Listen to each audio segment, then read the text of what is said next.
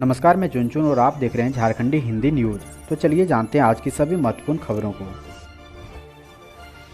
आज की पहली और बड़ी खबर की बात करें तो द्रौपदी मुर्मू को समर्थन देने को लेकर झामुमो की बैठक अनिर्णायक, अमित शाह से मिलेंगे सीएम सोरेन। राष्ट्रपति चुनाव में भाजपा ने राष्ट्रीय जनतांत्रिक गठबंधन यानी राजग की उम्मीदवार झारखंड की पूर्व राज्यपाल द्रौपदी मुर्मू को समर्थन देने के मुद्दे पर राज्य की सत्ताधारी झारखंड मुक्ति मोर्चा में अभी असमंजस की स्थिति है। राष्ट्रपति पद के लिए 18 जुलाई को होने वाले चुनाव को लेकर उसने शनिवार को तय किया कि इस मुद्दे पर कोई निर्णय लेने से पूर्व मुख्यमंत्री हेमंत सोरेन स्वयं केंद्रीय गृह मंत्री अमित शाह से मुलाकात करेंगे। झामुमो ने राष्ट्रपति चुनाव को लेकर शनिवार को पार्टी सांसदों और विधायकों की बैठक पार्टी सुप्रीमो शिबू सोरेन की अध्यक्षता में मुख्यमंत्री आवास पर हुई, लेकिन 2 घंटे तक चली इस मैराथन बैठक में पार्टी यह तय नहीं कर सकी कि राष्ट्रपति चुनाव में वह द्रौपदी मुर्मू का समर्थन करेगी अथवा संयुक्त प्रगतिशील गठबंधन के उम्मीदवार यशवंत सिन्हा का।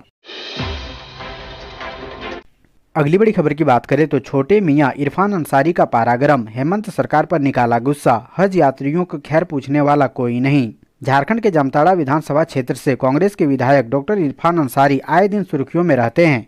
कभी हेमंत सोरेन सरकार के लिए भाजपा से लोहा लेते नजर आते हैं तो कभी अपनी ही पार्टी के मंत्रियों पर भड़ास निकालते दिखते हैं। हर सवाल पर खुलकर अपनी बात कहने वाले इरफान अंसारी एक बार फिर नाराज हो गए हैं। उनका पारा 7वें आसमान पर पहुंच गया है। गुस्से में अपनी ही हेमंत सरकार को कोस रहे हैं। उनका आरोप है कि इस बार झारखंड के हज यात्रियों को खैरियत पूछने वाला कोई नहीं है। मालूम हो कि इस बार झारखंड के हज यात्री कोलकाता एयरपोर्ट से उड़ान भर रहे हैं। हज यात्रियों को जत्था यहां से तय समय पर सीधे कोलकाता पहुंच रहा है, वहां से उन्हें सऊदी अरब भेजा जा रहा है। इन हज यात्रियों को कोई असुविधा नहीं हो, इसके लिए झारखंड राज्य हज समिति के पदाधिकारी मुस्तैद हैं। इस समिति के अध्यक्ष डॉक्टर इरफान अंसारी हैं।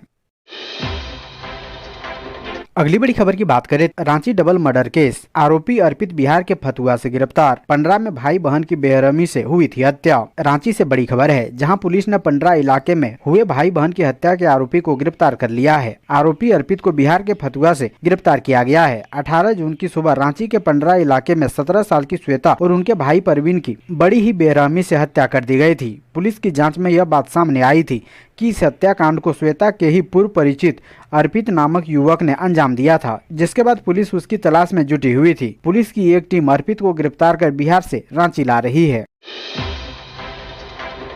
अगली बड़ी खबर की बात करें तो झारखंड में अस्थायी होंगे संविदा कर्मी, जानिए सरकार की घोषणा पर क्यों उठ रहे हैं सवाल। सीएम हेमंत सोरेन की ओर से संविदा कर्मियों को अस्थायी करने की घोषणा के बाद झारखंड के लाखों संविदा कर्मी के चेहरे पर खुशी लौट आई है। पिछले दिनों लातेहार में संविदा कर्मियों को अस्थायी करने की घोषणा ने झारखंड सरकार में लंबे समय से काम कर रहे संविदा कर्मियों को उम्मीद जगा दी गई है कि उनके दिन भी बदलेंगे, लेकिन यह कैसे और किस तरह संभव होगा, यह सवाल उठने लगा है। दरअसल इस तरह का लॉलीपॉप चुनाव के वक्त भी संविदा कर्मियों को दिया गया था, जिसका लाभ चुनाव में सत्तारूढ़ झामुमो, कांग्रेस और राजद गठबंधन को मिला था। इसका मूल्य चुकाने के लिए सरकार ने कदम भी बढ़ाया है। बताया जा रहा है कि हर विभाग में कार्यरत ऐसे संविदा कर्मी की सूची तैयार की गई है। इसे लेकर ग्रामीण विकास मंत्री आलमगीर आलम कहते हैं कि सरकार ने इस दिशा में कदम बढ़ाया है और संविदा कर्मियों को अस्थायी करने के लिए नियमावली में भी कुछ बदलाव किए जा रहे हैं। अगली बड़ी खबर की बात करें तो शिक्षकों के ट्रांसफर पर हेमंत सोरेन का बड़ा फैसला, साक्षरता विभाग ने जारी किया शेड्यूल। झारखंड के सरकारी स्कूलों में शिक्षकों के तबादले की प्रक्रिया शुरू कर दी गई है। नवंबर-दिसंबर 2022 में जहां स्कूलों में छात्रों के अनुपात में और प्रशासनिक रूप से शिक्षकों का स्थानांतरण होगा, वहीं जून 2023 में जोनवार सामान्य तबादला होगा। स्कूली शिक्षा व साक्षरता विभाग ने शिक्षकों के स्थानांतरण का शेड्यूल जारी कर दिया है। शिक्षकों के स्थानांतरण की प्रक्रिया शुरू हो गई है। 30 जून तक जिला स्तरीय स्थापना समिति से जोनवार में स्कूलों को बांटा जाएगा। इसके आधार पर स्कूलों में शिक्षकों की स्वीकृत पद, कार्यरत और खाली पदों के अलावा छात्र शिक्षक अनुपात की सूची का प्रकाशन होगा। शिक्षक दिवस तक वैसे स्कूल जहां आवश्यकता से अधिक शिक्षक हैं, उनका संवर्गवार चयन कर उनकी सूची का प्रकाशन होगा। वहीं 5 अक्टूबर तक जोन 1, 2, 3 में कई वर्षों से पदस्थापित शिक्षकों के प्रशासनिक स्थानांतरण के लिए लिस्ट जारी होगा।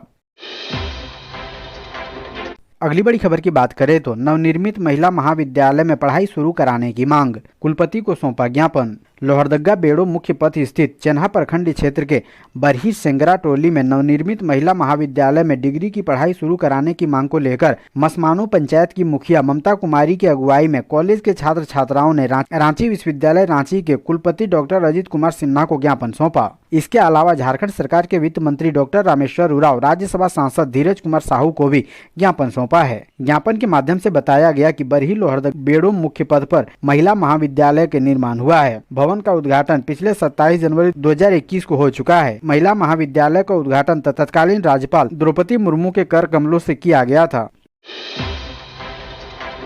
अगली बड़ी खबर की बात करें तो झारखंड में फिर पांव पसार रहा है कोरोना। एक सप्ताह में ही 137 नए संक्रमित मिले।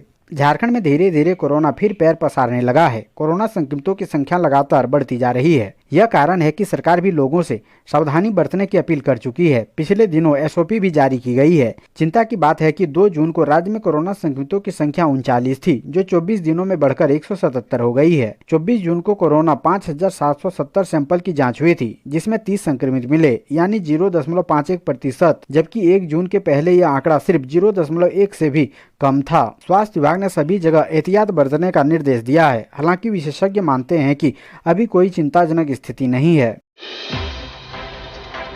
अगली बड़ी खबर की बात करें तो झारखंड में है 25 लाख डोज का स्टॉक, लेकिन वैक्सीन लेने में लोग नहीं दिखा रहे हैं रुचि। झारखंड में टीकाकरण को लेकर स्वास्थ्य महकमा चिंतित है। टीके का पर्याप्त स्टॉक है, लेकिन काफी कम लोग टीका लेने आ रहे हैं। टीकाकरण केंद्र पर अभी भीड़ नहीं दिख रही है, जबकि राज्य में 25 लाख डोज का स्टॉक बचा हुआ है। वर्तमान में 12 से 15 और 17 से 19 आयु वर्ग को फ्री टीका दिया जा रहा है। वहीं जिन लोगों को पहला डोज व दूसरा डोज लेना है, उन्हें भी टीका फ्री दिया जा रहा है। तीसरा डोज भी 60+ तथा हेल्थ केयर वर्कर व फ्रंट लाइन वर्कर के लिए फ्री है। इसके बावजूद तीसरा डोज लेने में रुझान कम है। 18+ वालों को तीसरा डोज शुल्क देकर निजी संस्थानों से लेना है, लेकिन यहाँ भी तीसरे डोज के प्रति उदासीनता दिख रही है। अगली बड़ी खबर की बात करें तो साइबर हमले में जूझ रहे हैं झारखंड के उपायुक्त। 3 माह में 15 डीसी का फेक अकाउंट बनाकर किया ठगी का प्रयास। झारखंड के जिलों में उपायुक्त साइबर हमले की चपेट में है। बीते 3 माह में सोशल मीडिया पर राज्य के 24 में से 15 जिले के डीसी का फर्जी प्रोफाइल तैयार कर ठगी के प्रयास के मामले सामने आ चुके हैं। ताजा मामला है रांची के उपायुक्त छवि रंजन के नाम पर व्हाट्सएप का फेक आईडी बनाने का। इसकी जानकारी मिलने पर प्रशासन ने आम लोगों से झांसे में नहीं आने की अपील की है। जानकारी के अनुसार रांची के अलावा पलामू, गिरिडीह, बोकारो, रामगढ़, धनबाद, चाईबासा, गुमला, लातेहार, देवघर, जमशेदपुर, पाकुड़, लोहरदगा, हजारीबाग व कोडरमा के उपायुक्तों का फर्जी फेसबुक या व्हाट्सएप प्रोफाइल तैयार कर लोगों से ठगी का प्रयास किया जा चुका है। राज्य के कृषि सचिव व पलामू के आयुक्त की फेक आईडी बनाकर भी लोगों से संपर्क किया गया है।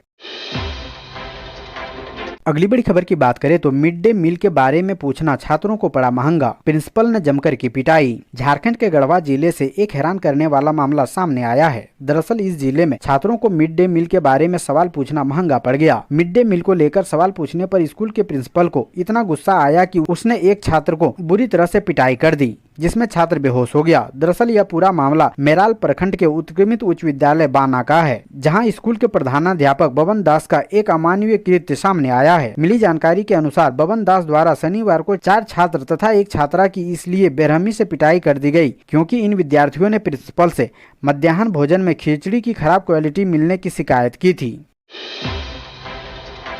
अगली बड़ी खबर की बात करें तो कल इस समय जारी हो सकता है झारखंड बोर्ड 12वीं कॉमर्स और आर्ट्स का रिजल्ट। शिक्षा मंत्री ने दिया संकेत। झारखंड बोर्ड 12वीं कॉमर्स और आर्ट्स के छात्रों के लिए अहम सूचना है। झारखंड एकेडमिक काउंसिल कल यानी 27 जून 2022 को 12वीं कॉमर्स और आर्ट्स के रिजल्ट का घोषणा कर सकता है। बोर्ड के करीबी सूत्रों की माने तो झारखंड बोर्ड ने कॉमर्स और आर्ट्स के छात्रों की कॉपियों का मूल्यांकन पूरा कर अंकों को साइट पर अपलोड कर दिया है तथा शिक्षा मंत्री से रिजल्ट जारी करने के लिए समय मांगा है। हालांकि बोर्ड ने इस पर कोई आधिकारिक पुष्टि नहीं की है। रिजल्ट घोषित होने के बाद झारखंड एकेडमिक काउंसिल की आधिकारिक वेबसाइट jac.jharkhand.gov.in और jackresult.com पर उपलब्ध करवा दिया जाएगा।